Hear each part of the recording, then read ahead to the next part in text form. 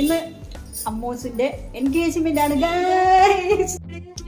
Hello, ഇത് നമ്മൾ ഇന്നൊരു എൻഗേജ്മെന്റ് വന്നാട്ടോ എന്റെ കസിന്റെ. അപ്പൊ അവിടെ നിന്ന് കിട്ടിയ കുറച്ച് സുഹൃത്തുക്കളല്ല, ചങ്സ്. ഓക്കെ, പേര് വേണമെങ്കിൽ പറഞ്ഞോന്ന്.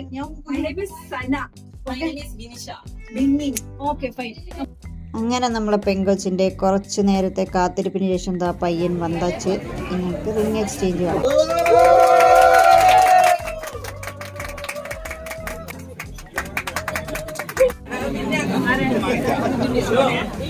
ഇതൊന്നുമല്ല ഗൈസ്, ഈ പരിപാടിയുടെ പ്രധാന ആകർഷണം ഇത് തന്നെ.